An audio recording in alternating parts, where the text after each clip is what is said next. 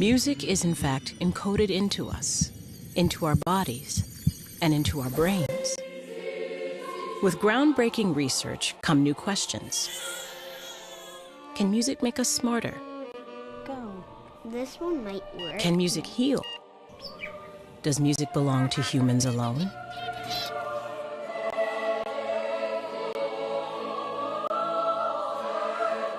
When I began on this path of research, I thought music was important. I've realized it's even vastly more important than I imagined. We think we just hear music, but music actually stimulates our imagination.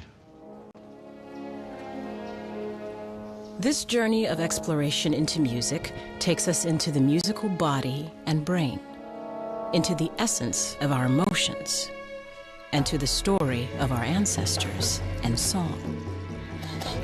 The biggest question right now in the field is why music? And not just the how did music evolve, but why?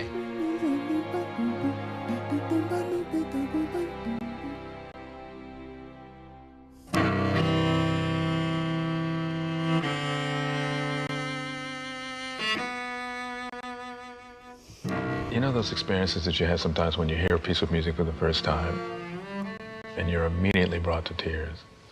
Is there a certain part of my brain where this music goes directly?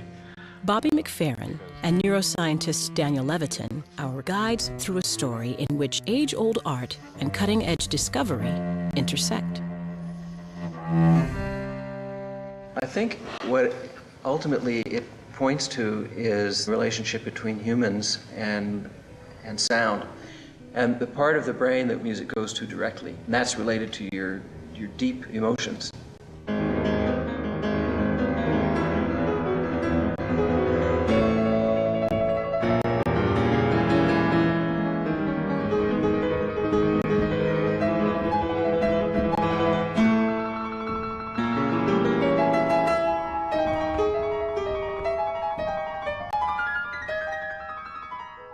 The question that initially got me into the field was where goosebumps come from. What's going on in my brain that's allowing this kind of thing to happen? Why would it be that emotion is carried by whether one note is longer or shorter than another? What's the basis for that? Why does music move us the way that it does?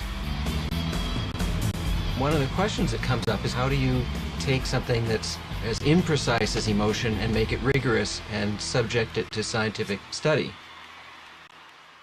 Levitin is one of a growing number of scientists from around the world and from different fields putting music under the microscope.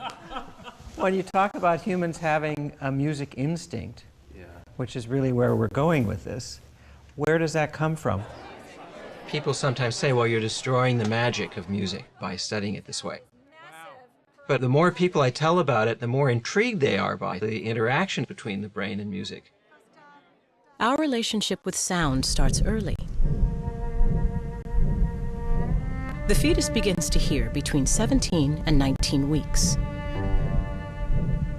Already we are in a world of sound, of breath and heartbeat, of rhythm and vibration. All sound, all music in particular, comes from vibrations, pressure waves, those vibrations in air. To me as a physicist, sound is the actual wave, the actual ripple of vibrating air. The difference between one sound and another, the difference between clapping hands and having a beautiful tone, is the nature of the vibration. It's the details of the vibration.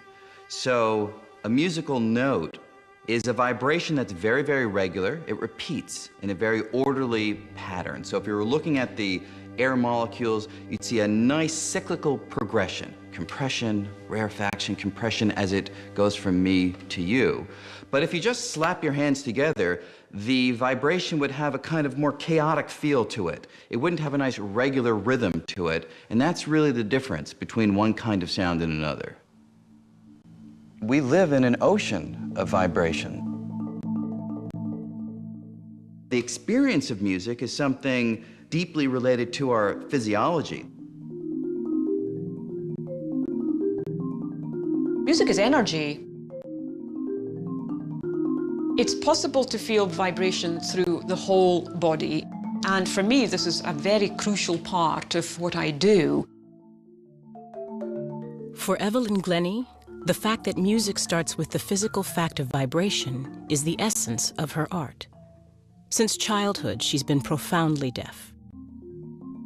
For me, as a participator of sound and a creator of sound, I hear. I hear how I hear, but I hear. And that's going to be different to how you hear.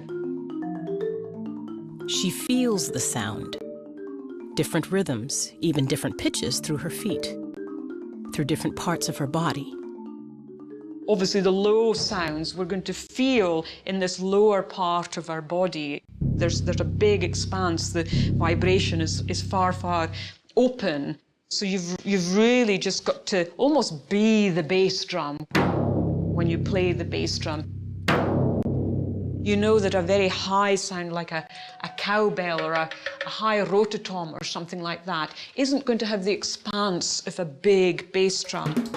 And so this is going to be felt in the upper part of your body. So you can prepare yourself for that. You really can. My profession is about sound, and I don't want to just use part of my body to experience that. Sound is so much part of us.